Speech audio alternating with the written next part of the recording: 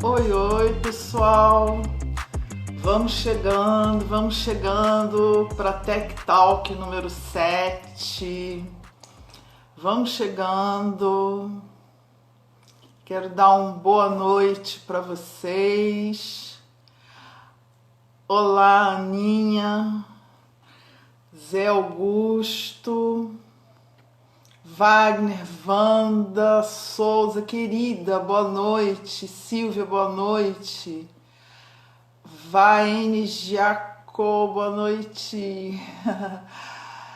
Tô dando boas-vindas aqui pro pessoal. Ana Neves, olá, Ana Neves. Bem-vinda, boa noite. Sarinha Colares, boa noite. Wanda Souza, alô, querida, um adeuzinho para você. Pedro Colares, Wagner dando adeuzinho. Harumi, boa noite. Boa noite. Vou hoje.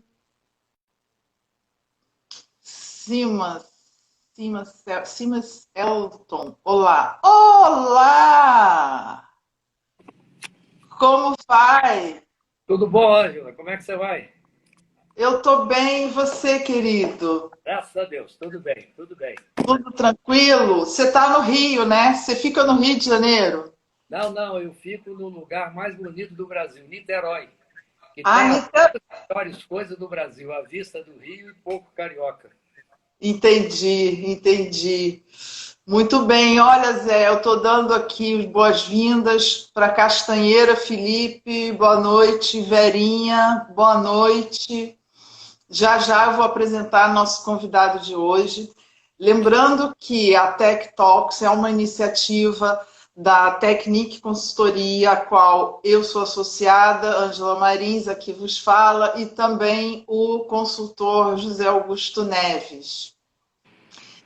O objetivo dessas Tech Talks é da gente trazer informações, conhecimentos, para a gente trocar aqui, né, nesse tempinho que a gente vai ficar juntos. E quanto é esse tempo? A gente vai ficar 45 minutos no total. O Zé ele vai apresentar o tema dele e nos 10 últimos minutos finais a gente abre para perguntas para o Zé responder. Caso o Zé não consiga responder, não consiga contemplar todas as perguntas, vocês podem enviar via direct na Technique, que aí ele responderá, não é isso, Zé? Isso, exatamente. Tá ótimo. Então, vamos dar início, né? Já são 6 horas. Vamos dar início ao nosso papo, mas antes eu quero apresentar o Zé Augusto Neves para vocês. Quem é o Zé, né? O nosso querido Zé. Ele é engenheiro civil, foi presidente da empresa de obras do Estado. Na década de 60 foi deputado estadual e hoje, já há bastante tempo, ele é palestrante em temas de relacionamento interpessoal, liderança, gestão, ética e motivação. Esse é o nosso convidado de hoje da Tech Talks. E ele vai conversar com a gente sobre propósito, que é uma coisa, né, Zé, que as pessoas têm dificuldade de alcançar, né? As Sim. pessoas é mais fácil as pessoas terem um objetivo e achar que o objetivo é o propósito, né? Então, eu queria, primeiro de tudo, que a gente fosse uniformizar o conceito de propósito. Então, eu queria que você dissesse para a gente o que é um propósito e qual a importância dele, né, para as pessoas e para as organizações. Olha, Ângela, a minha escolha do propósito foi por conta desse momento que a gente está passando agora.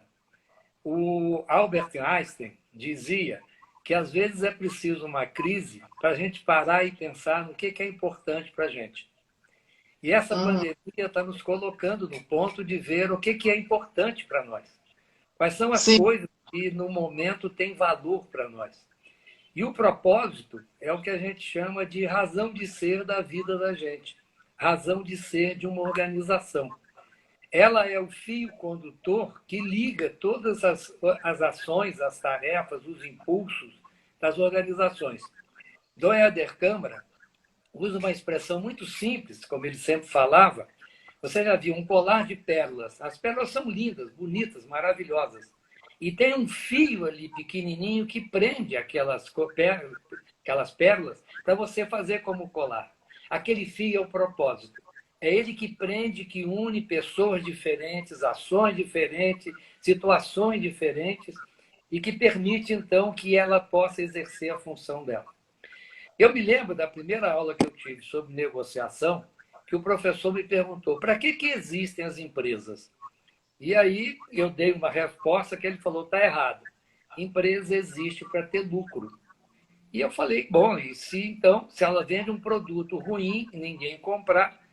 E aí nós chegamos à conclusão que empresa existe para atender uma necessidade. A razão de ser da organização é atender uma necessidade. O propósito de uma empresa é isso. Qual é a razão de ser dela? E você vê que nesse momento da pandemia, quanta coisa que tinha valor para a gente perdeu esse valor agora.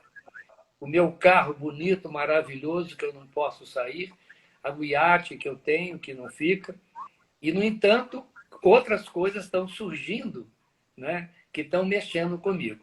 Então, eu lembrei aqui de umas frases que diz o seguinte: a gente queria, antes da pandemia, muito ser rico, fazer uma ganância, e não ter uma ambição, que é fazer melhor e mais, ou seja, ser generoso. A gente pensava também, às vezes, de ser indiferente, independente nas coisas nossas.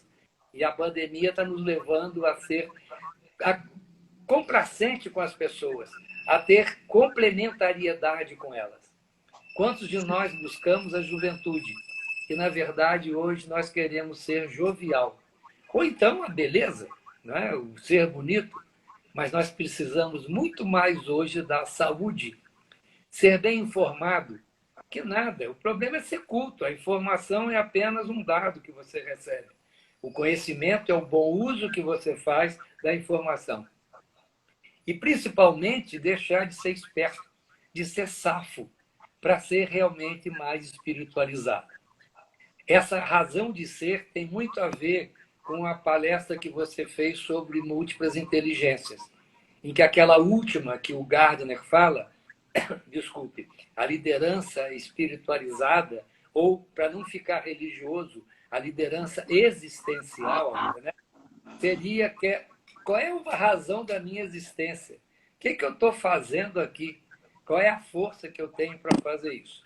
Então, o Peter Drucker diz que as empresas têm alma. As empresas são um ser vivo. Elas funcionam por uma razão de ser, por alguma coisa que a gente tem prazer de estar trabalhando com ela, está envolvido com ela. Esse que seria o sentido de propósito. E, naturalmente, para viver propósito, eu tenho que ter valores. Certo. Então, o propósito está estritamente ligado a valores e princípios. Sim, valores e princípios. Aquilo que vem do princípio, aquilo que é antes de tudo, aquilo do qual eu não abro mão. A Sim. dignidade, a ética, o respeito, a confiança, são esses elementos que fazem com que a gente viva um propósito claro, um propósito natural, um propósito alegre e agradável. Enfim, um propósito que nos leve à felicidade. Ok, perfeito, Zé. E aí aquela questão de assim, qual é a importância de se ter clareza, né? Primeiro, do seu propósito e pessoal, né? E também organizacional, né? Por que é tão importante ter claro e transparente para a gente o nosso propósito? O elemento mais forte que o propósito nos apresenta, Ângela, é a confiança que eu tenho que ter nas pessoas. É a forma que eu tenho de trabalhar com elas. No momento que eu defino qual é o nosso propósito, o que nós vamos atingir, o que vamos fazer, que necessidade vamos atender, basta que as pessoas que estão trabalhando conosco saibam o que é preciso fazer. Você repara que o vírus, que ele é invisível para nós, mas ele mostrou que existe um grupo de pessoas que eram invisíveis até há pouco para nós, mas que sabem o propósito de vida deles, a faxineira, a manicure, o gari, o garçom, o motoboy. Olha a importância que nós estamos dando aos enfermeiros, às pessoas que andam com o SAMU. Então, veja o valor que o propósito dá quando toda uma organização tem essa forma de ser. Um exemplo prático é o Magazine Luiza. A Luiza Helene estabeleceu que todo e qualquer cliente dela que voltar reclamando de um produto, qualquer funcionário, qualquer um deles, qualquer um, basta simplesmente ou devolver o dinheiro do que comprou ou fornecer um elemento parecido, alguma coisa similar. Então, veja que o sujeito lá na linha de frente, o balconista, pode resolver uma coisa porque há um propósito claro. O oposto é quando o propósito fica só na alta administração. E aí as pessoas viram robô. As pessoas têm medo de fazer as coisas, não tomam iniciativa do que vão fazer, ficam paradas. E lá em cima diz ninguém faz nada. E a razão do propósito é essa, é dar um sentido à vida. Entendi, entendi. E que experiência a gente pode tirar, né, para organizações da forma de como encarar o trabalho, né, nessa pós-pandemia, se é que a gente pode falar assim? Eu diria que o mais importante é a gente voltar à nossa forma de ser de criança. Hoje nós estamos convivendo com as crianças em casa e elas nos provocam. Porque a criança tem certas coisas que nós, com o passar do tempo, fomos mudando por ter vergonha de ser aquilo que era honesto nelas, que era a inocência delas, que era o sonho delas. Uma criança, por exemplo, ela pergunta até entender. Por quê? Por quê? Por quê? Por que eu tenho que comer esse bife antes e o sorvete depois? O pai, naturalmente, a mãe já fala, porque eu sou a sua mãe. É como um chefe diz para a gente, porque não entendeu. Só que as crianças vão mais longe, Ângela. Elas são curiosas e querem saber por que eu, que sou pequeno, tenho medo, durmo sozinho, e vocês dois, que são grandes, dormem juntos. Naturalmente, a resposta é, vamos ao McDonald's. Porque não é o momento ainda da coisa. Então, veja... Vamos ao McDonald's é a resposta. É a resposta. Não tem ainda uma certeza para isso. A criança, Ângela, ela não tem água. Em 2000 e pouco atrás, eu fiz uma palestra no Congresso Brasileiro de Treinamento e Desenvolvimento, falando sobre aprenda a gerenciar com as crianças e com os gatos. Nenhum dos dois te obedece. E mais, você tem que conquistá-lo. A criança provoca em nós aqueles sentimentos que, numa organização, um gestor precisaria ter naturalmente. A primeira coisa é não ter vergonha de fazer pergunta. A segunda é não discriminar pessoas. A outra é não ter mágoa. Ver que a pessoa, quando fala uma coisa, está comentando uma ação para ser corrigida. A criança adora surpresas, adora novidade. Direções, nossos organismos, as nossas empresas querem manter um equilíbrio. Imagina uma criança num balanço equilibrado. Qual é a graça que tem? Nenhuma. Então, a vida é toda ela de movimento, de ação. A criança presta atenção numa coisa, mesmo antes. E nós temos a vontade de dizer, já ouvi isso antes, meu filho, já fui e já voltei.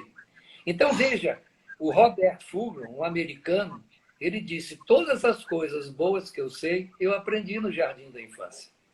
Então, na internet tem lá as frases que ele fala disso, sobre essas coisas. Põe no lugar as coisas que você tirou, pega a mão das pessoas ao atravessar a rua, leve uma blusa quando for em tal lugar. Então, coisas simples dessa, parece que quando a gente fica mais velho, a gente tem vergonha de vivenciar isso.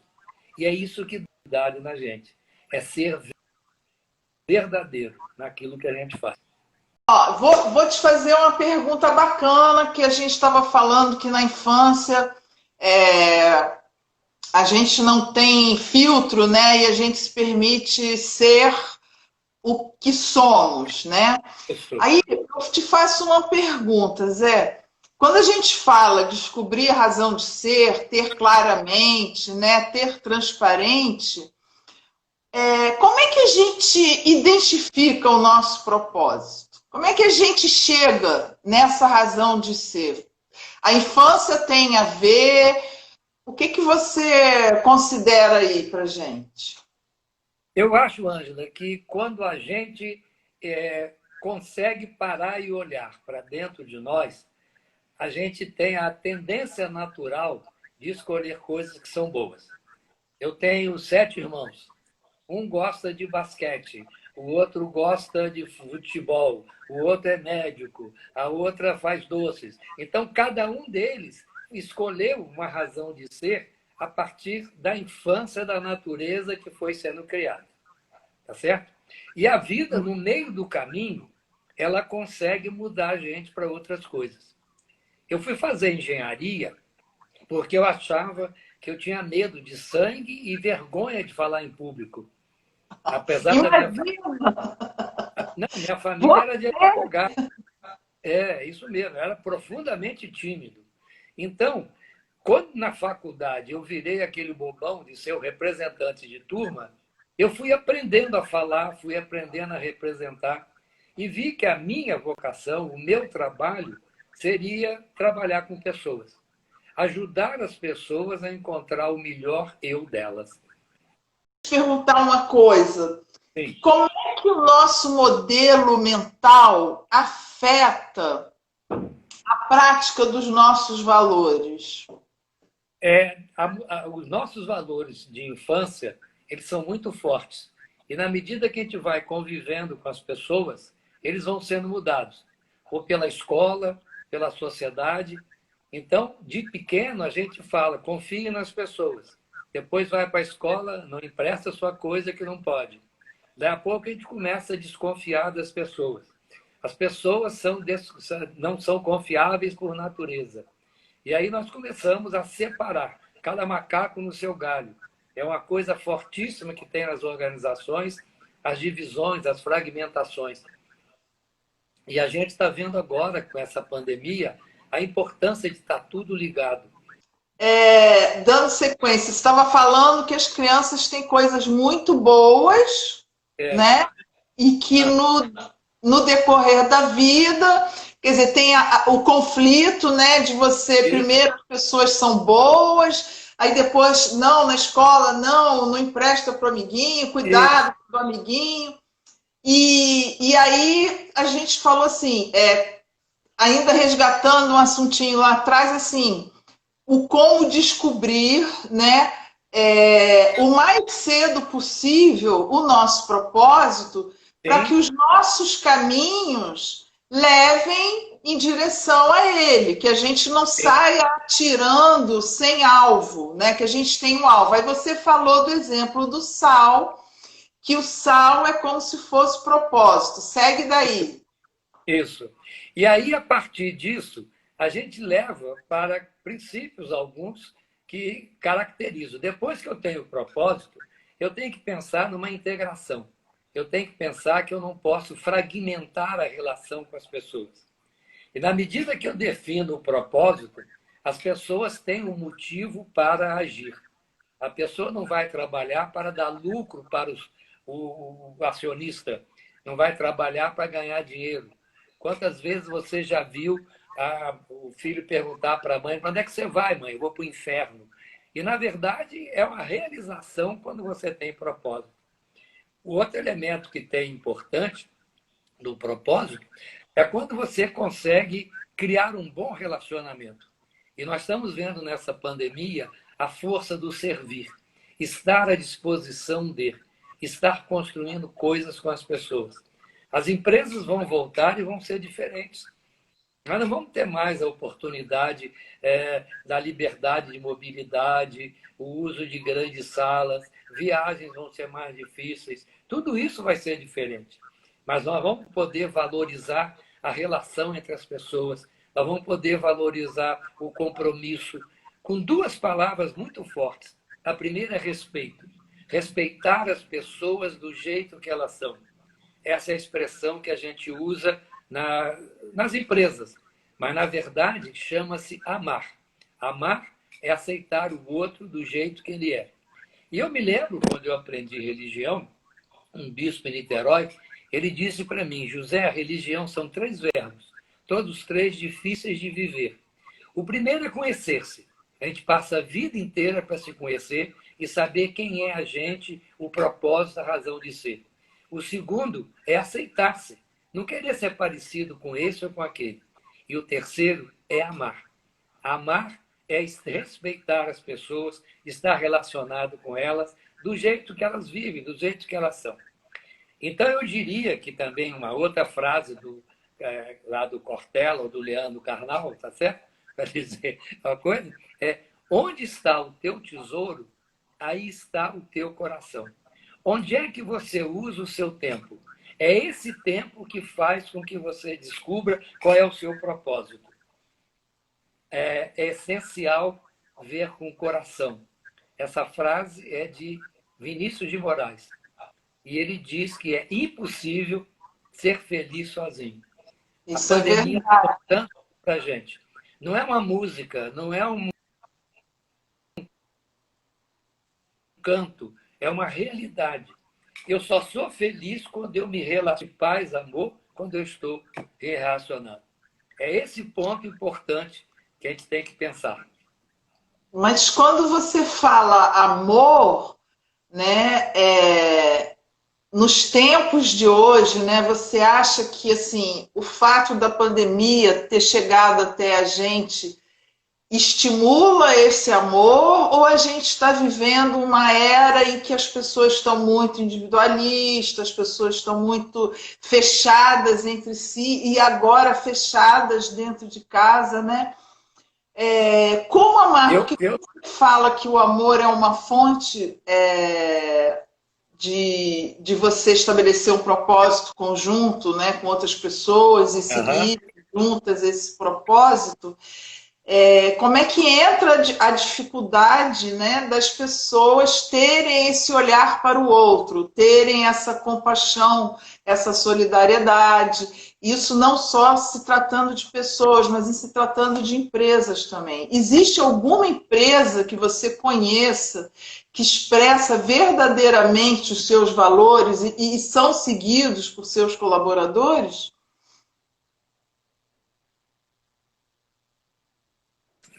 Oi? Ângela. Oi? Você está me ouvindo? Tô. Não me ouve? Ouço muito bem.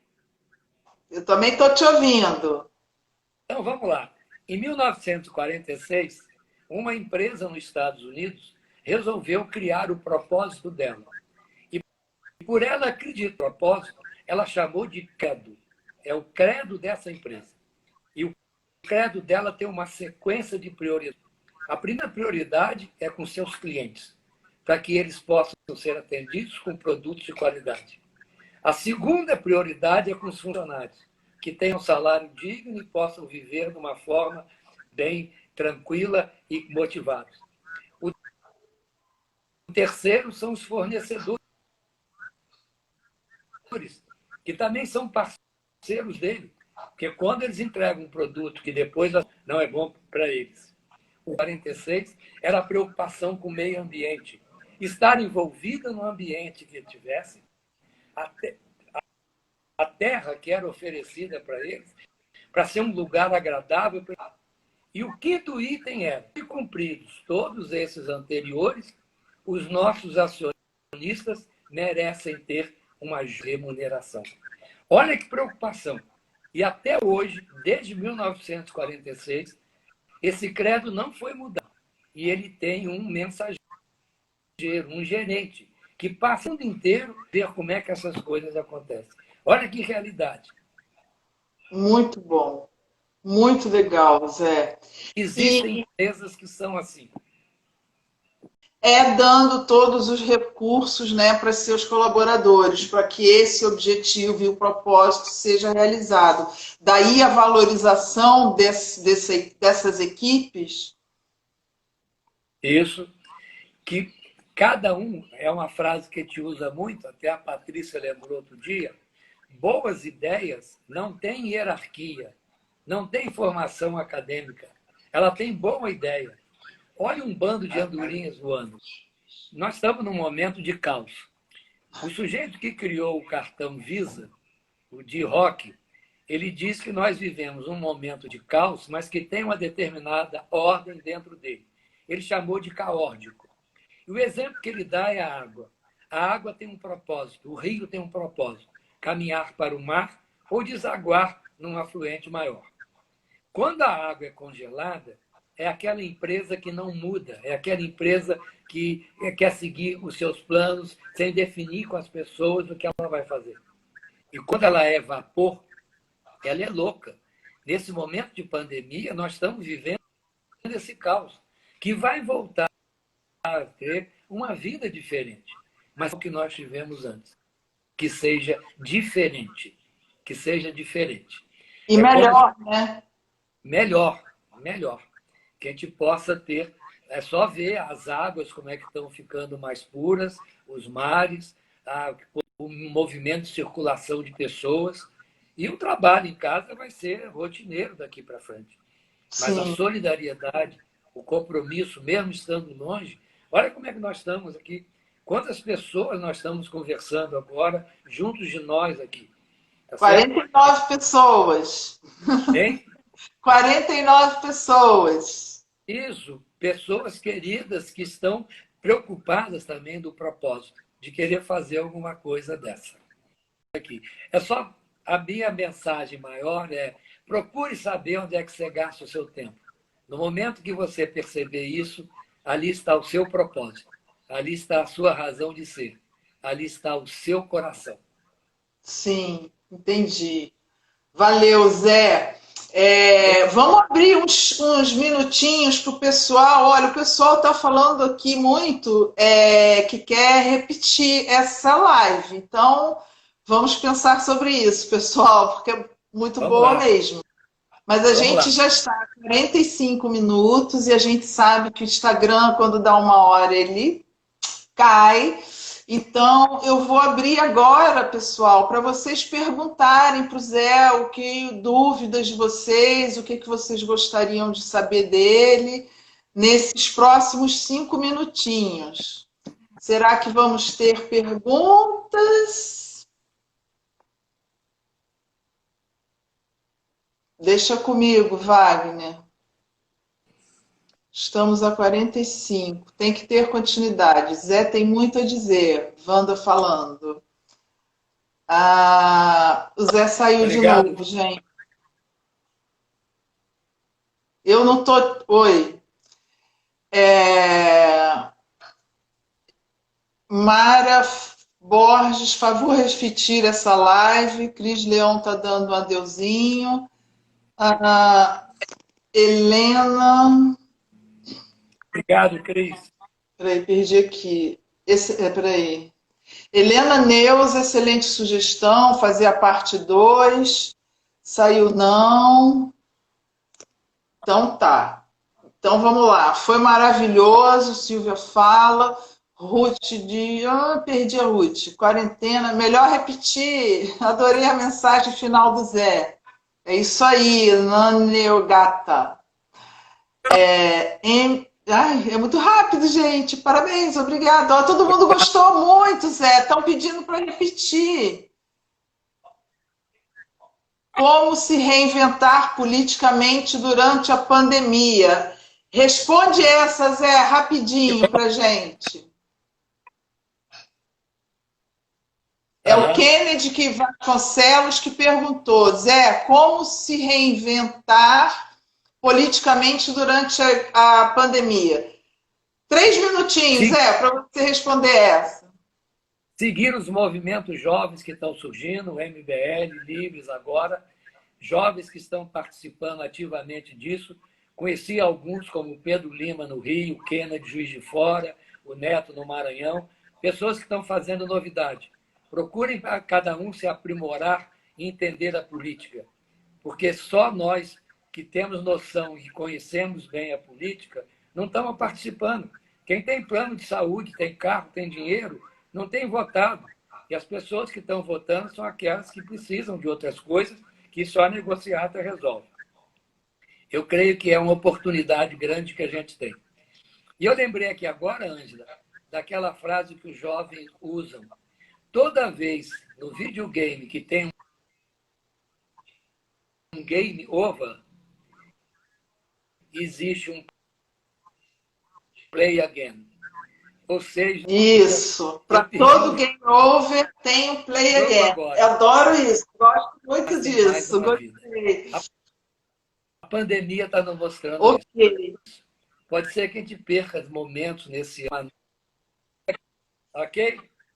Maravilha, Zé. Olha só, já vou me despedindo, né?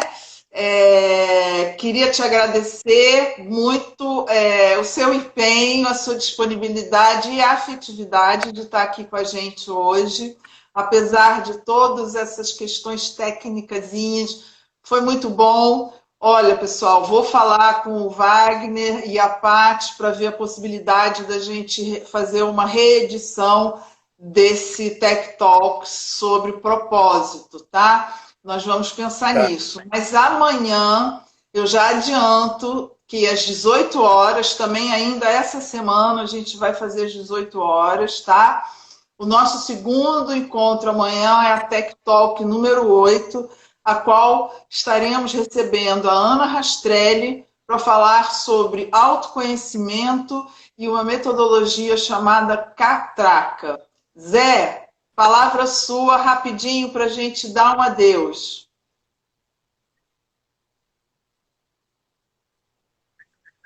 Só para agradecer.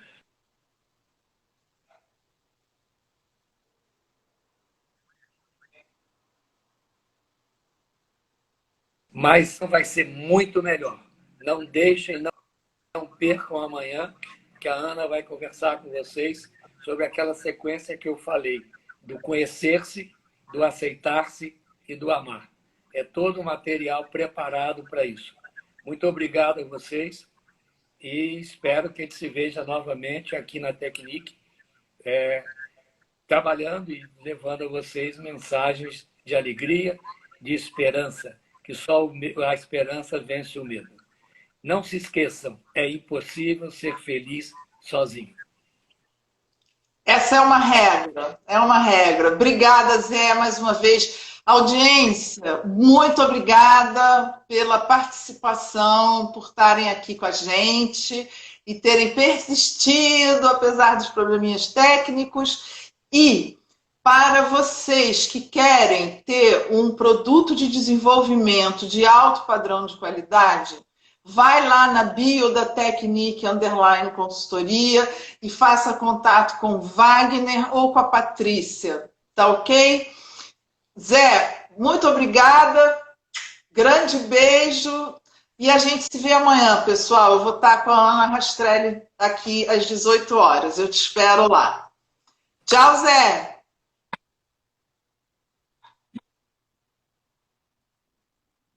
Beijo. Tchau, Zé!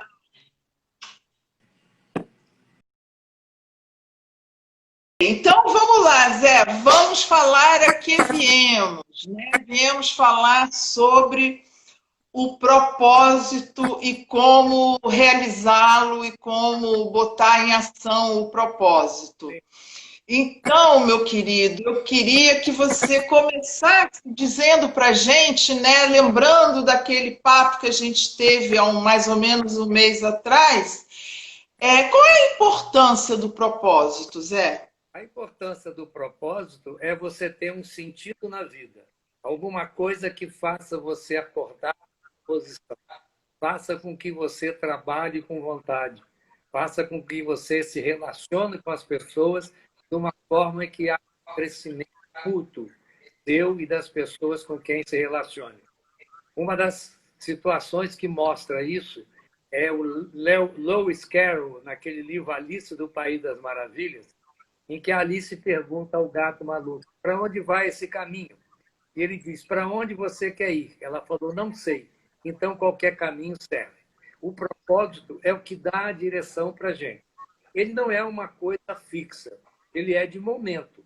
Eu posso, no meio do caminho, caminhar para outras coisas. Eu, por exemplo, contei na outra vez que eu fui fazer engenharia por ter medo de falar em público. E depois eu descobri que a forma de comunicar era muito boa. Então, houve uma mudança.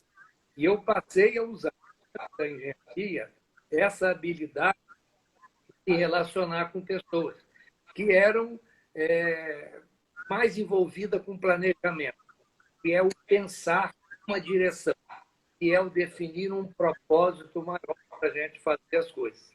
Então, eu diria, Ângela, que o propósito é fundamental na vida da gente. A importância que ele tem naquilo tudo que a gente faz. Então, o propósito tem a ver com valor, tem a ver com princípios, tem a ver com direção na vida. E o propósito é que eu quero ser lembrado quando eu for embora dessa. É o legado que eu quero deixar. Tá certo? Então, cada um de nós aqui, quando assume, é um sonho que ele quer realizar. O sonho é o que nos ajuda a caminhar. Naturalmente, quando você chega perto, ele avança um pouquinho mais para levar você para frente, para você ir caminhando. Essa é a postura que tem, que você pode fazer. Agora, eu preciso descobrir que elementos existem que eu posso fazer nesse meu propósito para descobrir quais são os meus valores. Porque o propósito não é uma coisa ao acaso. Tá certo? Então, a gente usa muito, a gente pega lá da fazer planejamento estratégico, a gente pega uma ferramenta chamada SWOT. Essa é uma folha de papel assim na paisagem, dividir-se em quadrantes. O quadrante superior direito, esquerdo, aliás, seria para você falar nas suas forças, as coisas boas que você faz, a sua habilidade técnica, a sua habilidade profissional, mas, ao mesmo tempo, a sua habilidade comportamental, o saber ouvir, delegar, o respeitar as pessoas. Do outro lado do quadrante, assim, também no lado direito, você vai buscar quais são as suas fraquezas. O que eu tenho que eu não sou bom? A minha timidez, a minha falta de conhecimento de um determinado assunto, a dificuldade que eu tenho de me aceitar as pessoas do jeito que elas são. Nessa tabela que eu falo aqui, a gente tem a parte de cima, que é como é que eu sou, quais são meus pontos.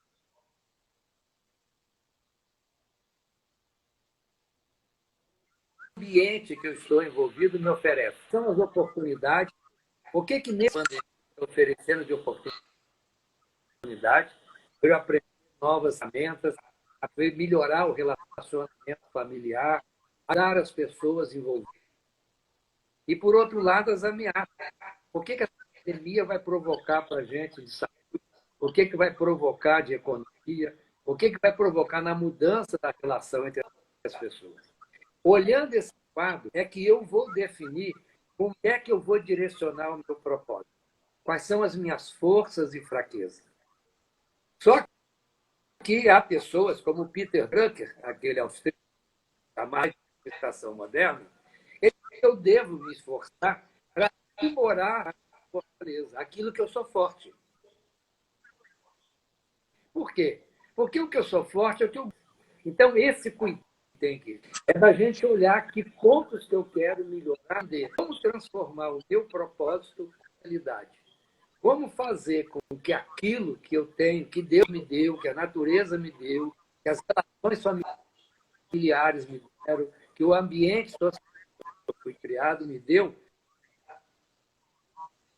para que eu possa realizar o meu propósito. Essa é a maneira de fazer. Entendi, Zé.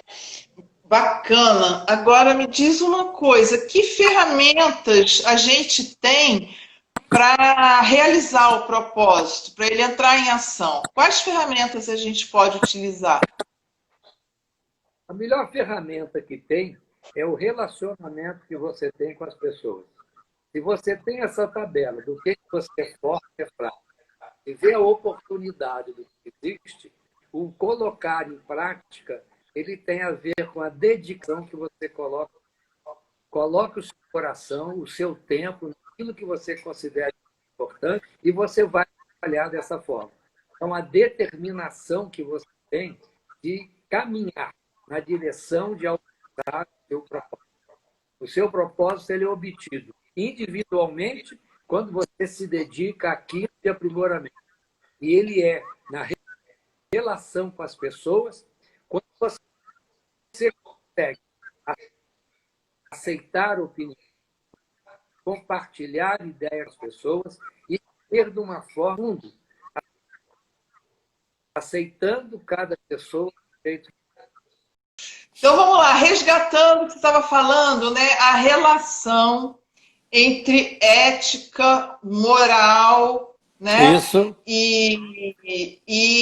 Entre o propósito e a diferença entre eles, Entre né? eles. A gente estava nessa sequência. Os dois, Ângela, têm a ver com costumes. Mas um é uma coisa mais individual de você fazer de acordo. Eu concordo com certas leis, ela entra na moral. Mas quando passa a ser uma lei universal de respeito a todo mundo, entra na ética.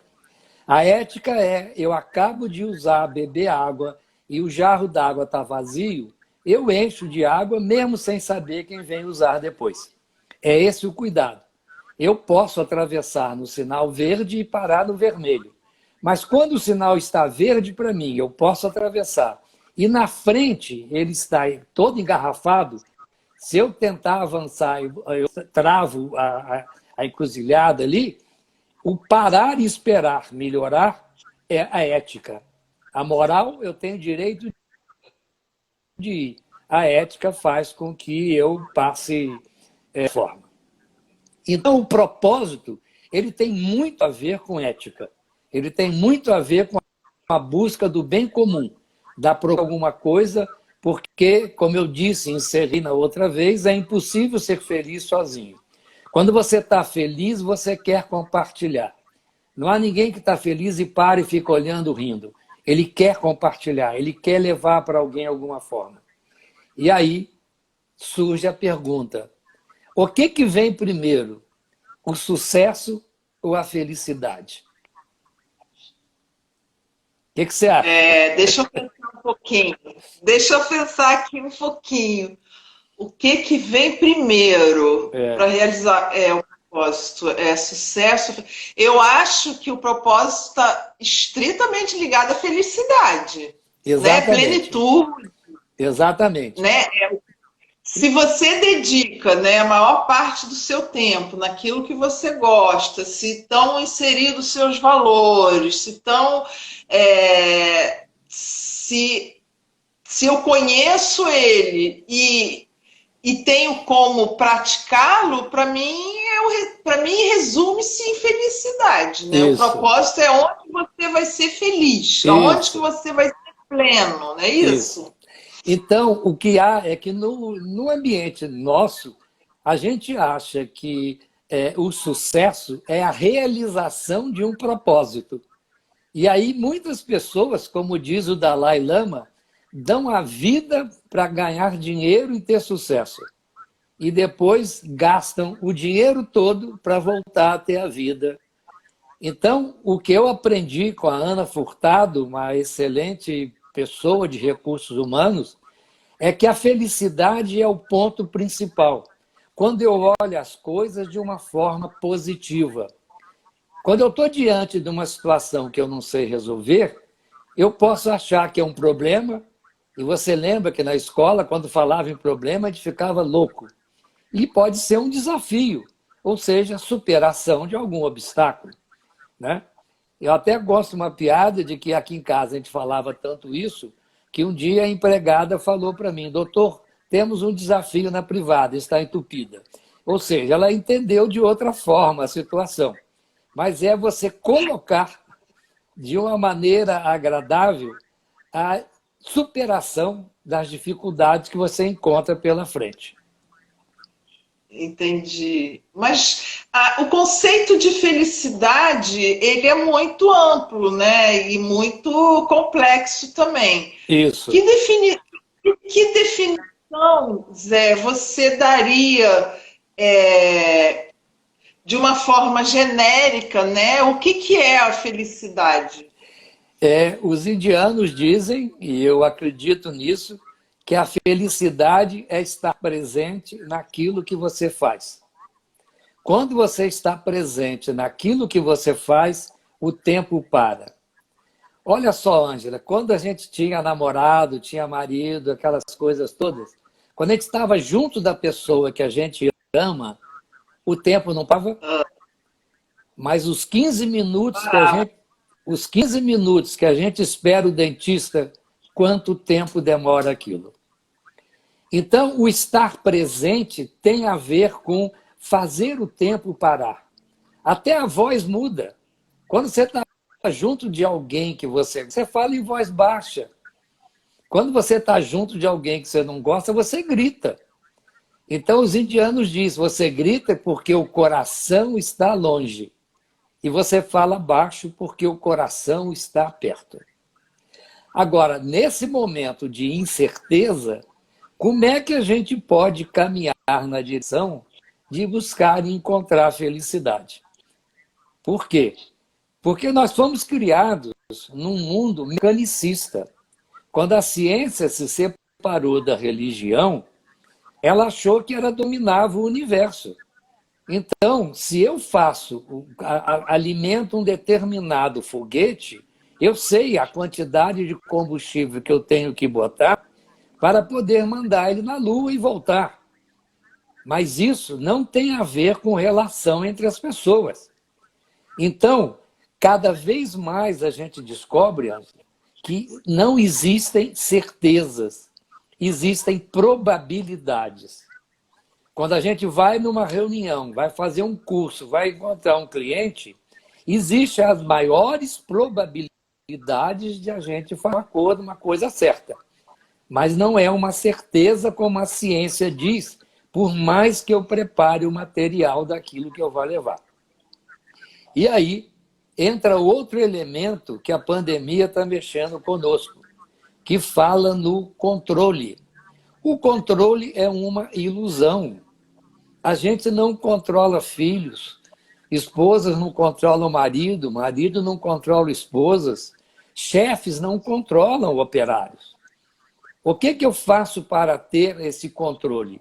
Eu tenho que criar um ambiente de confiança. O ambiente de confiança, ele é preparado quando as pessoas se sentem respeitadas. Uma organização que forme pessoas, que treine pessoas, terá sempre um sucesso maior que outra. Essa outra vai querer tirar essa pessoa daquele lugar pagando mais.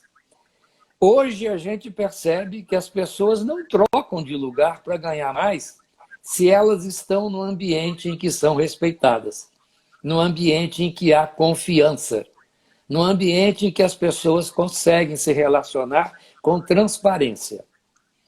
E aí a gente descobre, novamente, voltando ao propósito, que as pessoas se organizam, como todo e qualquer sistema, em torno de um significado, em torno de um propósito, em torno de uma identidade. Se você destruir um formigueiro, um ano depois ele está feito novamente pela identidade que eles têm. Se você arrebentar uma colmeia de abelhas, novamente. Aqui em Niterói nós tivemos um... siga. Não, eu ia perguntar se não tem conflito na relação hoje de empregado e empregador, da possibilidade desse empregado ser feliz dentro da empresa. Eu acho que no momento que você permitir que ele seja respeitado, e aí os japoneses são mestres nisso, eles veem que qualquer pessoa da organização é um valor de conhecimento e cultura para eles, e eles evitam demitir pessoas porque o conhecimento é repassado para todos. Então, o cuidado que tem é você criar um espaço para as pessoas darem opinião. Porque a informação, ninguém segura. A informação é autogenerativa. É o rádio que passa notícia na mesma hora. Nas obras a gente chama de rádio tamanco. Então, é como se a gente controlar. E o pior, Ângela, é quando você admite alguém na organização, você dá mais instruções do que a pessoa não pode fazer do que o que ela pode fazer. E aí a gente já traz o erro, né, da igreja, né, que se você pecar vai para o inferno, então eu não posso errar. E a gente não descobre que o erro é a forma que eu tenho de testar alguma coisa. Foi errando que descobriu-se a penicilina, foi e errando que se descobriu o post-it. Cada coisa dessa foi dando elementos para nós para surgir. Mas todo mundo tem medo do erro, né, Zé? Tem. O erro pode ser divertido, o erro pode ser aprendizado, o erro pode ser... O que mais pode ser o erro? O erro pode ser... Acho que essas duas coisas, não consigo pensar em nada mais não. Ele pode ser divertido e pode ser aprendizado, quer dizer... Pois é. A vida é risco. Eu não conheci, então, errar. Na minha experiência de gerente de projetos, diretor de empresa, eu não conheci uma pessoa que errasse por gosto, Ângela. Eu conheci pessoas que erraram porque não foram capacitadas, treinadas para fazer aquilo. E eu conheci pessoas que não tinham habilidade para certas coisas que tinham sido indicadas. E ao mudar de local, elas se tornaram maravilhosas na forma de fazer. Agora, o erro é o momento, não é? Como diz aí a Eliane Maciel, é a matriz do acerto. É a forma que eu tenho para testar. Porque se eu não errar, eu fico parado, imobilizado. E o desequilíbrio é a fonte do progresso, Ângela. Ah, tá. O equilíbrio é a fonte do progresso. Maravilhoso o desequilíbrio. Ah, o desequilíbrio? Isso, você está em pé parada, você está em equilíbrio. Para você se movimentar, Sim. Você tem que se desequilibrar. Uma empresa para progredir, tem que se desequilibrar. Ela, às vezes, faz um caos. Tem uma escritora, Margaret Whitley, que ela diz que o caos é a fonte da ordem. Ela diz que o papel do líder é desestruturar as coisas, bagunçar de vez em quando. É aquela arrumação do ônibus, dá uma freada para arrumar. Então, o erro... Então, assim, é na guerra que a gente encontra paz? Isso? Não é isso não. Porque aí entra outra forma. A paz só existe quando as pessoas conversam e dialogam. O conflito é fundamental existir. O conflito ele é positivo porque ele apresenta uma ideia diferente. O autor daquele livro que fala da viagem de Sofia, o Diário de Sofia, e Austin Garden, ele diz que as perguntas são importantes, porque eu vou ter que responder. As respostas não são importantes, porque elas me paralisam. Quando eu encontro uma resposta, eu acho que estou tranquilo e não vou para frente. E as perguntas questionam. O conflito faz a gente ter a opção, a verdade de poder fazer as coisas mesmo não concordando com a ideia do outro, tendo a oportunidade para, em outro momento, a gente fazer de outra forma. E me diz uma coisa, Zé, você falou que a gente não tem um propósito só, né? Que a gente vai mudando. Vai mudando. Né? Vai mudando esses propósitos e tal. Mas não tem um assim que seja a linha mestra? Assim, o propósito macro e os propósitos micros, é possível isso? Os propósitos micro é o detalhamento que você tem do seu propósito maior. Tá? O propósito maior é aquilo que faz você sentir bem. Um padre, uma vez me ensinou que quando você está bem com você mesmo, você diz até a expressão, eu estou no paraíso, não é isso que a gente fala? Exatamente. Agora, quando eu não estou bem, eu estou no inferno. Então, é um estado de espírito que mostra para a gente que caminho seguir. Eu acredito, Ângela, que nós temos um termômetro dentro de nós de que mostra o que é bom e o que não é bom para a gente. Ele indica claramente o que é. É o certo e errado. Certo e errado é uma convenção que nós inventamos, nós humanos. Na natureza não tem certo e errado. Tem o que dá certo e tem o que não dá certo. Não deu certo? Vamos tentar. É o videogame da garotada. Sim. Perdi aqui esse jogo, não deu certo. Ele vai, ele volta, tem mais uma vida. Vai testar novamente para fazer. Nós temos... Só não existe essa chance quando a gente morre. Sim, aí não tem mais propósito, não tem mais nada. Não tem mais propósito. Mas enquanto vivo, vamos errando e vamos mudando os propósitos. Esses propósitos é que faz a gente caminhar, direciona. É como o horizonte, Ângela. Você olha o horizonte, está 1 quilômetro. Você caminha, está 1 quilômetro. Você anda mais, afasta 1 quilômetro. Para que existe o horizonte? Para fazer você caminhar. Para que existe o propósito? Para fazer a gente caminhar. E nesse momento, as empresas têm que pensar muito nisso. Qual é o propósito de cada uma? Nós estamos vendo que as organizações estão começando a ver a necessidade de participar da sociedade de uma forma mais presente, dando oportunidades maiores às pessoas. Maravilha, maravilha. Zé, nós estamos chegando a 43 minutos Sim. Da nossa live. Eu queria abrir um espaçozinho agora para o pessoal fazer perguntas, para você responder aqui ao vivo. Uhum. Deixa eu ver se eu acho alguma perguntinha nessa.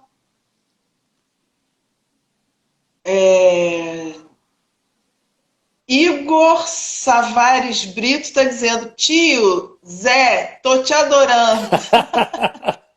Zé, tô adorando. Igor, valeu a participação, querido. Quero rever no GTV. Kennedy Vasconcelos Júnior. Você vai ver porque eu vou salvar no GTV. O Kennedy Vasconcelos, deixa eu fazer uma ressalva aqui. O Kennedy Vasconcelos é um dos jovens que eu conheci, que é de Juiz de Fora, e que ele tem um propósito de vida de transformar a sociedade onde ele está envolvido. Igual a ele está o Pedro Lima, igual a ele está a Elisângela, igual a ele está o Neto lá no Maranhão. São pessoas com quem eu participei de um curso que a gente chamou de Jornada da Cidadania, em que eles estão querendo aprender o que é política para viverem na transformação da sociedade que estão ambientados. Não é política para ter benefícios pessoais, mas sim ajudar a comunidade. Kennedy é um desses rapazes que está participando disso com muito entusiasmo. Ai, que bom, parabéns, Kennedy. É isso aí, seguindo o propósito. Alguma pergunta, pessoal? Vamos lá, temos tempinho. A Cris Leão está lembrando aqui de um livro de mágica que eu usava e que quando eu saí de um trabalho, né, passei ele para ela, que ela que desenvolveu, e daí para frente foi a pessoa que usou bem. Mas não está aqui não, Cris. Tá. Ué, conta? É longa a história? Não, é um livro de mágica que a gente faz, em que nesse livro você pode, dependendo da posição que você usa a mão, você mostra umas figuras em preto e branco, outras coloridas e outra uma folha em branco. E serve para mostrar a situação em que a gente pode, nesse trabalho, mostrar que as pessoas que se situam muito por baixo pela posição não têm o que oferecer, muito por cima são em preto e branco, só pensam nelas, e no meio do caminho são pessoas de frente aberta. A Fernanda Zaruch também aí está junto, foi a outra que recebeu o livro também. Nós três somos os donos desse livro, que levamos para frente com muito carinho. Ai, que bom, maravilhoso, muito bom. Bom, gente, deixa eu ver aqui. Estamos. Livro das Mágicas, ela falou. Rafa Pessoa, bem-vindo. Flávia Velar, show. Então, Igor, e para mim também. Fernanda. Opa, deu uma congelada aqui, básica. Enquanto dá essa congeladinha aí, também Sim, fale. a Brena, lá de Bom Jesus de Itabapuã, na minha terra, que também tem um livro de mágica que usa muito bem isso daí. Maravilha. Zé, nós estamos chegando no nosso horário, né? Eu queria agradecer muito a sua disponibilidade afetiva, física, de estar aqui com a gente para falar sobre propósito e como realizá-lo, como entrar em ação. Tem que ter muita determinação, Uhum. tem que estar respaldado nos valores, nos princípios, e é ser feliz, né, Zé? Sim. É ser feliz. Sim. Esse é o propósito. Os caminhos a gente vai vendo no decorrer do período, não é isso? Isso, por aí mesmo. Então, pessoal, queria agradecer então ao Zé. Eu sou Ângela Marins, treinadora comportamental associada à Tecnic e fui anfitriã da noite de hoje. E na quinta-feira agora, o nosso consultor Flávio Avelar vai estar conosco num horário diferente, tá, pessoal? Ele vai estar às 19 horas, o nosso colega Flávio Avelar, falando sobre gestão em tempos de incerteza, como turbinar o seu negócio, ok? E para fechar, Zé, eu vou disponibilizar aqui os nossos contatos que estão na bio para aqueles que querem, que precisam de um produto de desenvolvimento em que a Tecnic possa apoiar, que a Tecnic possa entender a realidade de vocês, personificar esse produto para atender a essas demandas. Então, entre em contato com o Wagner, que ele vai ter o maior prazer em te receber. Zé, sua palavra. E se alguém quiser algum texto escrito sobre o que eu falei, é só entrar em contato com a Patrícia, com o Wagner, que a gente envia. Porque tudo que eu falei aqui não é original. Eu aprendi com alguém durante a minha vida. E eu tenho certeza absoluta que na sexta-feira que vem, sexta-feira, vai ser o evento com o Flávio. Não percam, que é imperdível. É quinta, amor? Não, é quinta. Sexta. É sexta. 29. Ah, é sexta?